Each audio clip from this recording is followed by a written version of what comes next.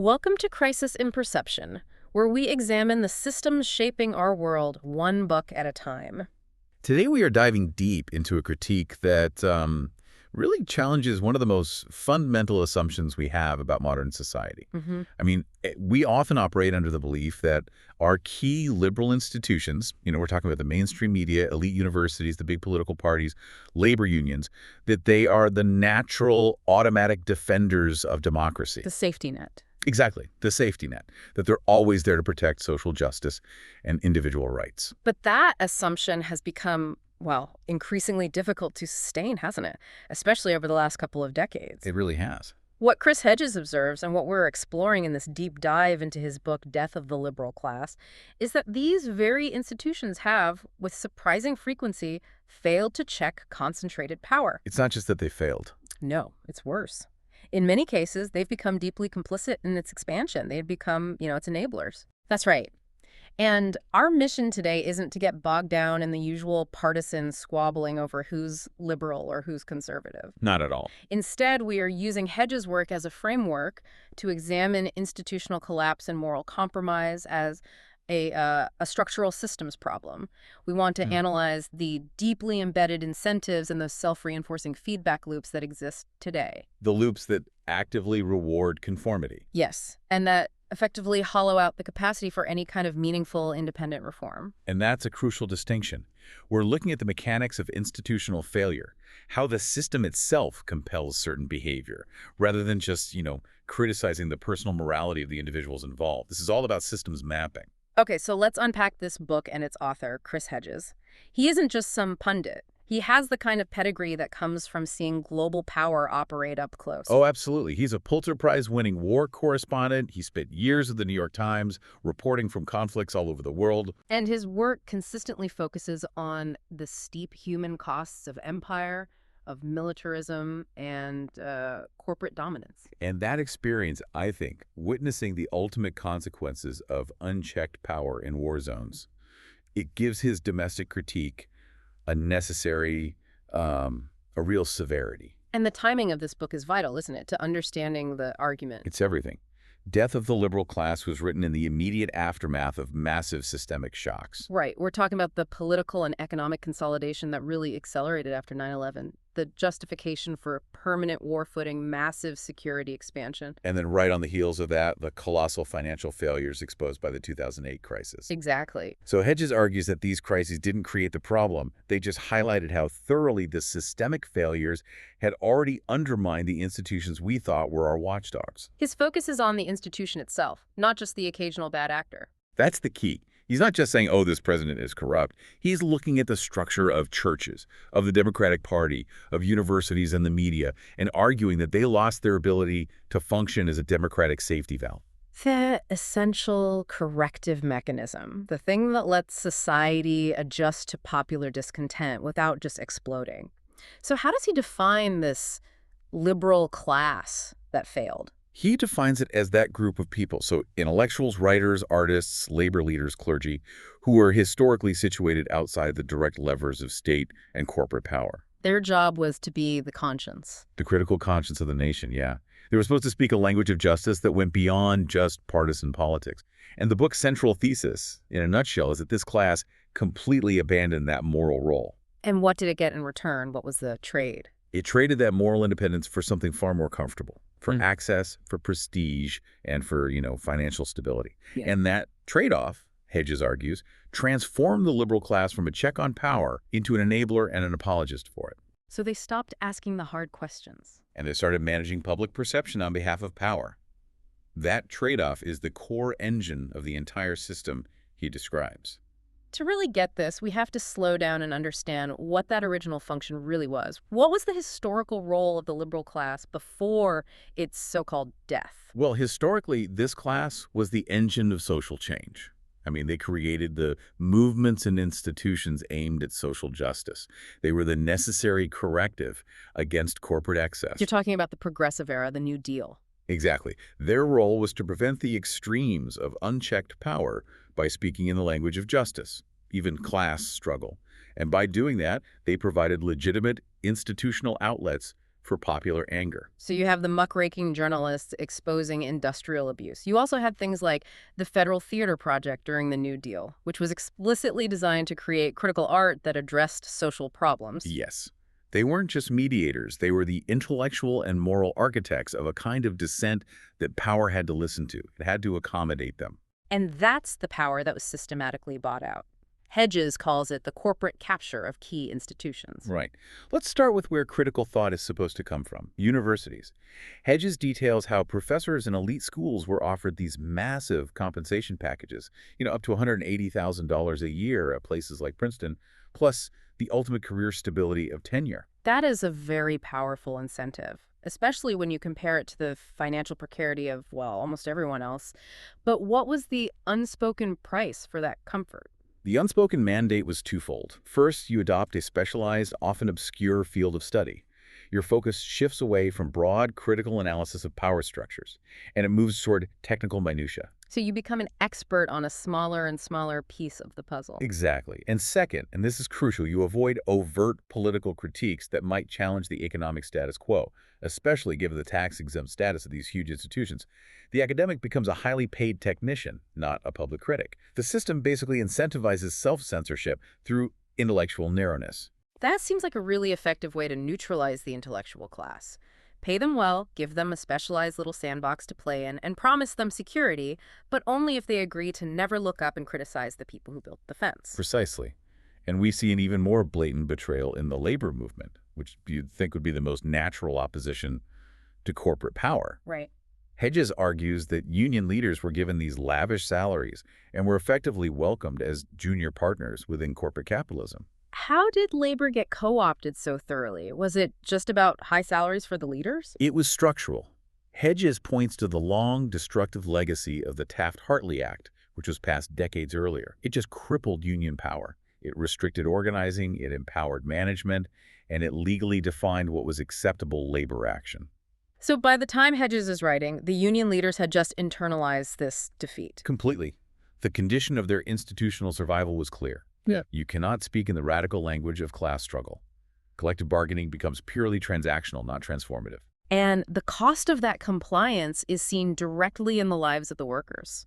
Can you talk about that example he gives of the United Teachers of Richmond? Oh, it's just a heartbreaking example of this complicity. The union leadership accepted contract concessions, they froze wages, they cut health care, even after their own members voted overwhelmingly, like 95% in some cases, to authorize a strike. And the union just refused to call it. They refused. It was a total failure of representation, and it was rooted in this institutional co-option. They prioritized their relationship with management and their own well-paid salaries over the desperate needs of their members. The union stopped being a vehicle for change and just became a bureaucracy for managing decline. That pattern of compromise leads us straight to the political sphere. And Hedges' criticism of the Democratic Party is it's unambiguous. He says they consciously sold out the working class for corporate money. The most dramatic shift, he argues, happened under Bill Clinton. Hedges points to two major actions that really cemented the party's turn toward the corporate elite. Okay, what were they? First, passing NAFTA, the North American Free Trade Agreement, which was just a devastating blow to unionized labor and manufacturing in the U.S. And second, the deregulation of the financial industry. Right, which culminated in the repeal of the Glass-Steagall Act in 1999. With the Gramm-Leach-Bliley Act, yes. For anyone who might not remember those details, why was repealing Glass-Steagall so critical? Well, Glass-Steagall had acted as a firewall. It separated traditional commercial banking, deposits and loans, from risky investment banking, from speculation. So its repeal basically ripped down those walls. It did. It turned the entire system over to speculators. It allowed massive financial institutions to gamble with taxpayer-insured deposits. This financialization, Hedges argues, was the political class just laying the groundwork for the 2008 collapse. And even later, under Barack Obama, who raised huge funds from corporations and Wall Street, that pattern just continued. It did. He refused to offer major relief to the millions who lost their homes in the foreclosure crisis. Instead, he prioritized the solvency of the major banks over the needs of his own base. So the party's financial base dictated its policy, regardless of what its traditional voters needed. The political system became thoroughly financed by the very entities it was supposed to be regulating. Exactly. It's a revolving door. When the political class has a financial stake in corporate success, Real structural change is it's off the table. Okay, let's turn to journalism, because this is Hedges' wheelhouse, and his critique here is incredibly sharp. He talks about the transformation of journalism into basically public relations. Hedges argues that real journalism used to emerge from diverse, local public discussions. The great shift he identifies is its transition to being centrally dictated, consolidated by just a few major corporate entities. And the whole thing is codified as staying on message. Right. And the great pretense used to justify this narrow focus is objectivity and impartiality. But Hedges calls this objectivity a specious creed. How does he define what it's really doing? He argues that, in practice, journalistic objectivity isn't about finding the truth or challenging powerful narratives. It's about not offending the status quo. It relies on that flawed he said, she said formula, where the journalist just reports two opposing positions. Giving the appearance of fairness. Yes, but often obscuring the actual power dynamic or the wrongdoing. This is where his anecdote about Doug McGill, the former New York Times reporter, becomes so revealing about how the system actually works. Right. McGill had written a story about Procter & Gamble rebranding a toothpaste. It used a racist blackface minstrel mascot called Darky, and they rebranded it to Darlie and swapped the mascot for a slightly less offensive silhouette. And the corporation was just trying to manage its image internationally. Right. And the corporate reaction to the story was immediate. McGill gets a call from the P&G PR head, who's in a limousine with the CEO, praising his balanced story and offering him lunch. And for McGill, that was a moment of realization. It was. Hedges uses it to highlight McGill's realization that his objective coverage was fundamentally flawed. It failed to articulate the true injustice, the persistence of racism, even in the updated brand.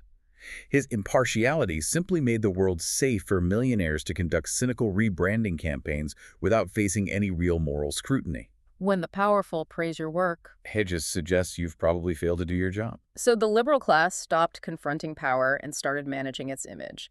And that transformation involved another necessary step: actively marginalizing real dissent. This is one of those tragic parts of his analysis, and it speaks directly to how these systems punish moral resistance. He argues that the liberal class actively discredited the true radicals, the socialists, communists, anarchists, pacifists, who, paradoxically, could have kept the system honest. By destroying the fringe, the center lost its bearings. It lost its ability to define itself against genuine alternatives. He points to the collaboration with purges during events like the 1950s Blacklist, which seems stunning for a group that claims to support free speech. How exactly did groups like the ADA and ACLU participate in that? Well, Hedges details how liberal organizations like the Americans for Democratic Action, and in some cases the ACLU, either stayed silent or actively collaborated with the purges. They helped destroy careers for, material advantage and simple careerism. They proved their loyalty to the American state narrative, and they accepted the parameters of acceptable debate laid down by corporate power. And the human cost of that was immense. Absolutely. Yeah. Hedges mentions the suicide of the blacklisted screenwriter Loeb, who couldn't find work and so couldn't afford treatment for his mentally ill son. These dissenters were successfully painted as dangerous, far-left radicals who had to be ostracized. It was a necessary step to secure the comfort of those who stayed in the mainstream. You see that pattern of ostracism repeat even in more modern times. Yes. Hedges notes the vicious backlash Michael Moore faced from liberal pundits like Al Franken and Keith Olbermann after his Oscar speech. Right, for denouncing the fictitious reasons for the Iraq War. He was immediately framed as an extremist who crossed a line, even though his critique was based on verifiable facts. The goal of the liberal establishment was to maintain civility and pragmatism, which meant silencing voices who actually understood the structural forces at play. And this total institutional failure in labor, politics, media, academia, it just paved the way for what he calls the permanent war economy. Yeah, let's look at the sheer scale of it. Hedges points out that U.S. military spending consumes half of all discretionary spending.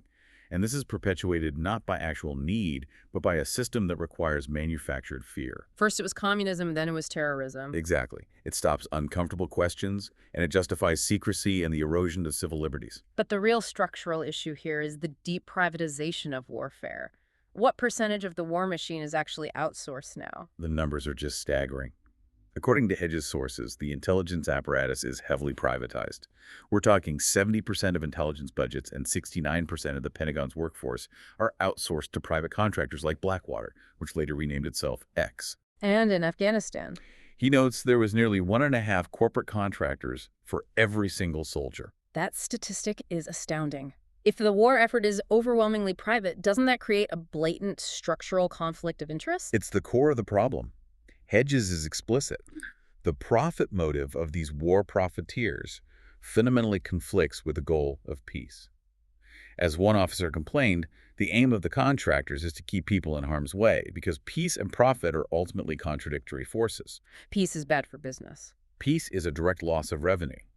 The vast majority of the money poured into these conflicts, up to 90% in Afghanistan according to some estimates, is just swallowed by contractors. It's not helping civilians, and it's not supporting soldiers. So the system is literally designed to perpetuate war for financial gain, while the liberal institutions that should be screaming about this are either silent or busy being apologists for it. And this systemic compromise, this selling of the institutional soul for comfort, it leads us directly to the core framework of Hedges' analysis. Sheldon Woodland's concept of inverted totalitarianism. Okay, this isn't the classic model we learned about in school. There's no charismatic dictator, no overt secret police. What exactly defines this inverted system? Woodland describes a system where corporate power maintains dominance while still, pretending to honor democratic forms. Elections are held, the Constitution is nominally respected, civil liberties are claimed. But it's a shell. It's a shell. It's profoundly impersonal, driven by these anonymous, vast corporate forces, market logic, and bureaucracy, not a singular demagogue. And crucially, the system doesn't overthrow democracy violently. Yeah. It corrupts and manipulates the existing structures to make democracy functionally impossible. It's co-option, not a coup. So the shell of democracy remains, but the substance is completely gone. Hedges argues that the Constitution itself is conscripted to serve as power's apprentice rather than its conscience. How does that corruption manifest legally and politically? Well, it manifests through judicial and legislative interpretations that elevate corporate interests above the public good. The Supreme Court, for instance, rules that huge corporate campaign donations are protected speech under the First Amendment. So buying influence becomes a civic right. Exactly. And heavily financed lobbying, this massive industry designed to write legislation that gets interpreted as the people's right to petition the government.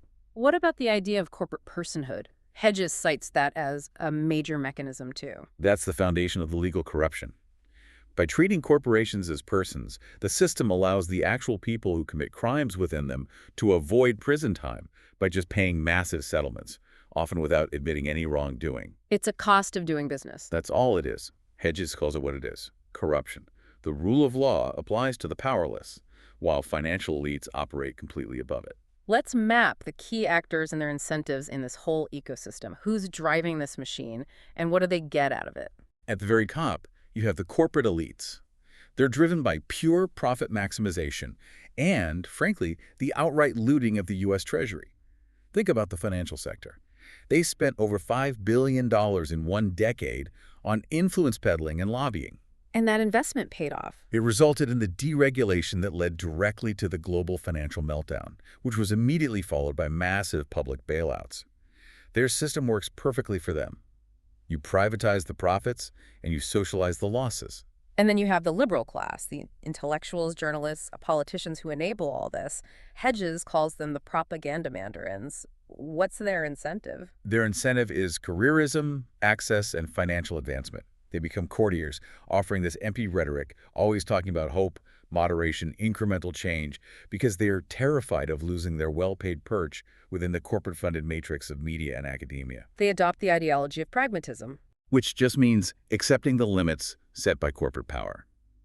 They have a financial and reputational stake in maintaining corporate dominance, because they're the ones manufacturing the propaganda that sustains the whole system. And finally, you have the working class, who are the victims. They're driven by necessity and desperation.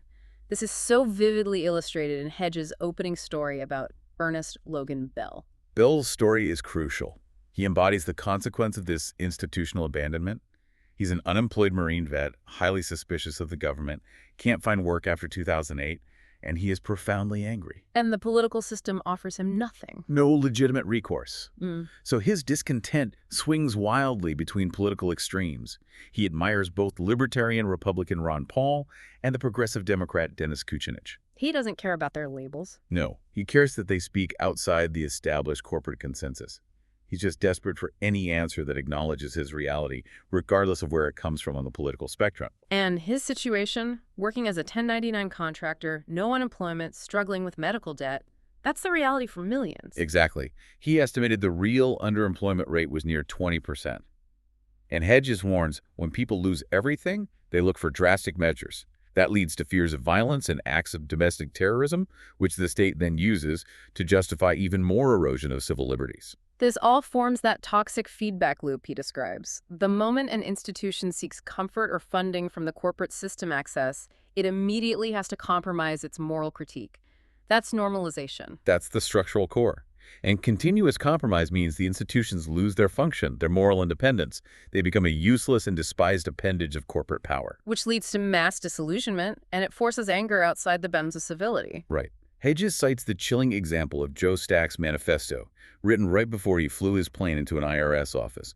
Stack was a lucid expression of a shared anger over a system that systematically protected the corporate thugs, the bankers, while ordinary citizens were destroyed by a broken system. And if that anger is rooted in a failure of justice, how does the system manage that emotion?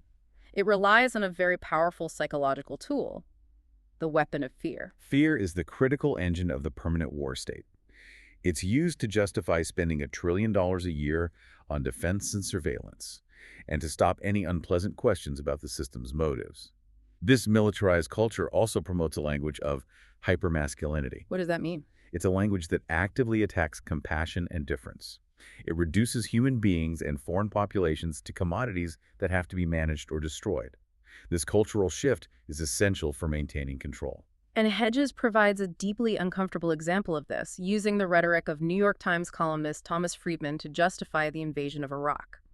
I want to pause here because this quote, it just highlights the fundamental psychological shift required for the liberal class to adopt this kind of violent sexualized language. It's shocking. Friedman, who Hedges notes would have been entirely unacceptable to an older generation of morally grounded columnists, openly used this crude, violent sexual language. He told Charlie Rose that Islamic extremists needed to see American soldiers going house to house in Iraq and basically saying, Which part of this sentence don't you understand? You think this bubble fantasy, we're just going to let it grow? Well, suck on this. Suck on this. It's jarring.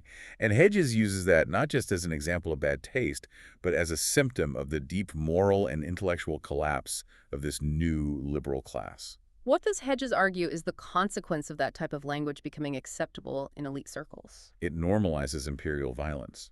The adoption of this heartless, hypermasculine language of sexual violence justifies state aggression and removes any possibility of a moral or compassionate response. It reduces complex geopolitical issues to a crude domination fantasy. Which is exactly the kind of emotional, non-critical rhetoric you need to maintain the permanent war economy and sideline any real dissent. And when a system is structured this way, with co-opted institutions and mandated conformity, you have to recognize the limits of traditional political reform. The idea that a single politician can just get elected and fix these structural issues, it runs directly into the established mechanisms of inverted totalitarianism. The story of Ralph Nader is the perfect illustration of this point. He goes from being this respected consumer advocate who actually drove real change to becoming an effective pariah. Why did the corporate state need to marginalize him so thoroughly? Nader's success in the 60s and 70s, pushing through huge legislation like OSHA, creating powerful consumer movements, it terrified corporate America. They learned that they couldn't just manage Congress, they had to control the flow of information that informed political action. So they launched a campaign to destroy his reputation. A massive, multifaceted campaign, and the liberal media establishment aided in this marginalization. Hedges cites a key structural moment. Abe Rosenthal, the right-leaning editor of the New York Times, decreed that no story built on Nader's research could be published unless it included a corporate response. And the corporations just refused to comment. They realized they could simply refuse to comment, and by doing so, they effectively blacklisted Nader's research from the national conversation. It was institutional censorship by procedural mandate. The Times set the agenda, Other papers followed, and Nader's critical, fact-based work was neutralized. It just reinforces the idea that true reform fails when the political parties are entirely financed by the entities they're supposed to regulate. And this failure to offer legitimate reform, as we talk about with Ernest Logan Bell, it inevitably fuels the rise of populism. Hedges draws direct parallels between the current institutional abandonment and the fall of Weimar Germany. That's a historically weighted parallel. What are the specific conditions that make him draw that comparison? He cites Noam Chomsky, who noted the striking parallels. Tremendous disillusionment with the parliamentary system, hatred for the traditional parties, and the resulting political vacuum. When you have a massive underemployment rate and vast sectors of the population are struggling, the anger is justified. And when that anger has no constructive outlet, It gets channeled into hate. It lands on scapegoats. Chomsky warned that while in Weimar Germany the scapegoat was the Jews, here it will be the illegal immigrants and the blacks. And Hedges adds that the hatred for the defunct liberal class will morph into a deeper hatred for all democratic institutions. this creates a terrifying instability. It does. It suggests that the limited gains made by minorities and marginalized groups over the past 40 years could be quickly wiped out by a demagogue who promises simple answers. And this structural failure, this prioritization of profit over the common good, extends directly to the environment, which Hedges sees as the ultimate consequence. The book emphasizes that corporate power oil, gas, coal, defense contractors has successfully thwarted the drive for sustainable energy. They spend billions on propaganda and funding think tanks to deny climate science. And the compromised liberal class has failed entirely to challenge this capitalist destruction of the ecosystem. The failure of international negotiations like Obama at the Copenhagen climate talks just reinforces that systemic inability to act. Precisely. Hedges argues that this inaction means radical climate change is now certain. He frames it as a choice between immediate profit maximization and species survival, and the inverted totalitarian system has structurally chosen profit. Hedges also links this institutional abandonment to the breakdown of a shared reality, which is accelerated by our current digital culture. Right, the shift from a critical print culture to an image-based digital culture is key here. Print culture was rooted in complexity, long-form attention, and verifiable facts. It assumed you had to understand the past to understand the present. And the new digital culture. It traffics in emotionally driven content, where facts, opinions, and lies are completely interchangeable. This accelerates historical amnesia, and it cripples critical thought. It favors emotional reaction over reasoned analysis. And the economic structure of the internet only makes this decline of serious journalism worse. Absolutely. The dominance of corporate sites like Yahoo and Google, which aggregate content without properly compensating the people who create it, means financial ruin for those who produce complex, reality-based work. The model is based on clicks and ad revenue, not truth. So culture gets replaced by what Hedges calls tawdry, banal, and often idiotic distractions that just draw at advertising. Complexity doesn't click.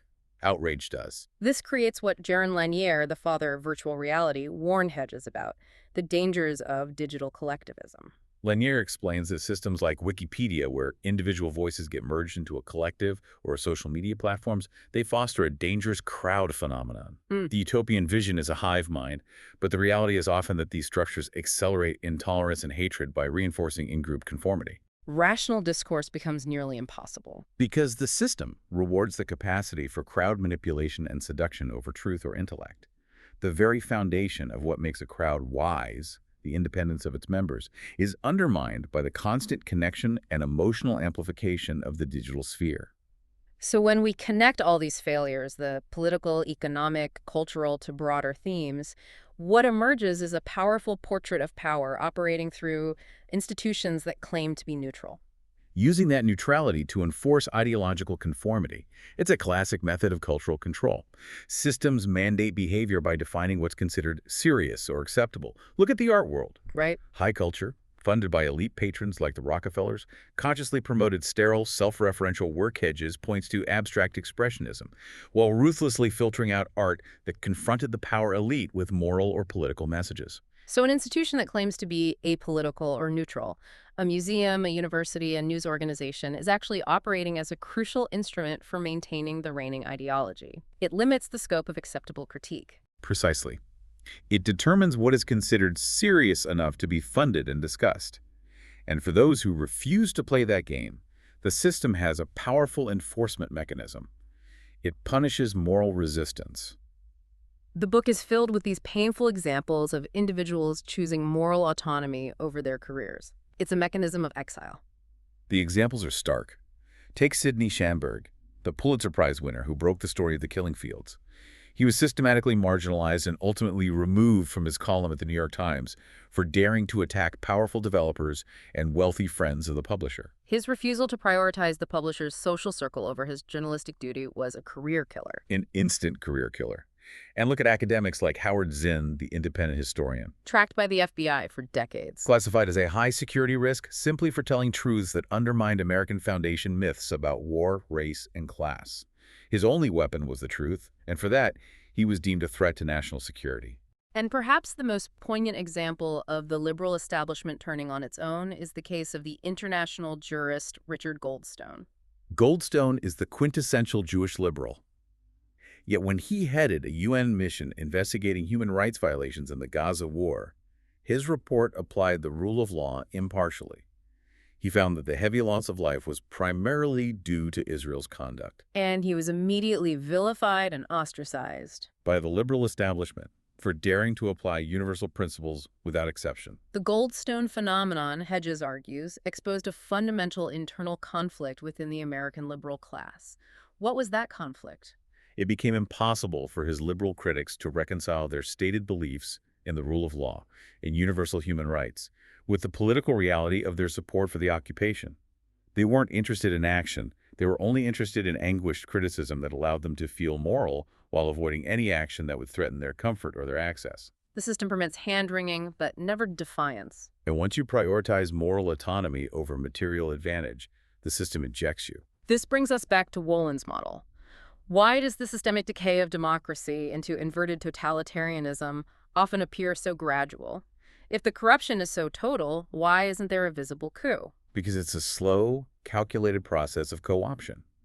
It's the manipulation of language, institutional decay, it's erosion, not revolution. The ultimate function of this defunct liberal class is to ensure that citizens remain passive, confused, and politically demobilized. We become spectators. We become spectators, reduced to having ritual opinions, voting on American Idol or public polls, but not engaging in meaningful political action. We get to choose personalities, not genuine alternatives, creating what Hedges calls participatory fascism. We're given the illusion of agency while the system just keeps operating, regardless of how we vote. So what Death of the Liberal Class helps us see is that the crisis we face isn't just political or economic. It is fundamentally a moral and systemic collapse. The institutions we relied on to check power instead became agents of that power. All through a series of calculated, self-interested compromises. And Hedges forces us to realize that moral authority simply cannot survive when an individual or an institution prioritizes material advantage and access over moral independence. The moment you seek to be practical, in that political sense, to work within the system, you compromise your ability to speak truth to power. You become co-opted. This leads Hedges to offer models of resistance that aren't rooted in practicality or reform, but in a kind of spiritual defiance, citing figures like Dorothy Day and Father Daniel Berrigan. What does non-practical resistance look like? It requires a disciplined, spiritual core that prioritizes fealty to moral values, compassion, love, simplicity, over the expectations and rewards of the system. Day, the founder of the Catholic worker movement, and Berrigan, the radical priest who burned draft files, they understood that success, as the world defines it, should never be the final criterion for a life of resistance. They lived lives of voluntary poverty and confrontation. They bypassed the whole co-option mechanism because they had nothing material to lose. Exactly. Berrigan famously argued that significant movements need this spiritual core to survive the short fuse of the American left, which often burns out when faced with material sacrifice. This shift in focus away from institutional reform and toward personal moral integrity and direct action, it shapes Hedges' final, provocative thought about resistance. Hedges contends that significant structural change is not going to happen in our lifetimes through established political channels. That shifts the nature of resistance from the immediate and tangible to the indeterminate. So the only choice left is nonviolent defiance. The boycott, the strike, the refusal to cooperate.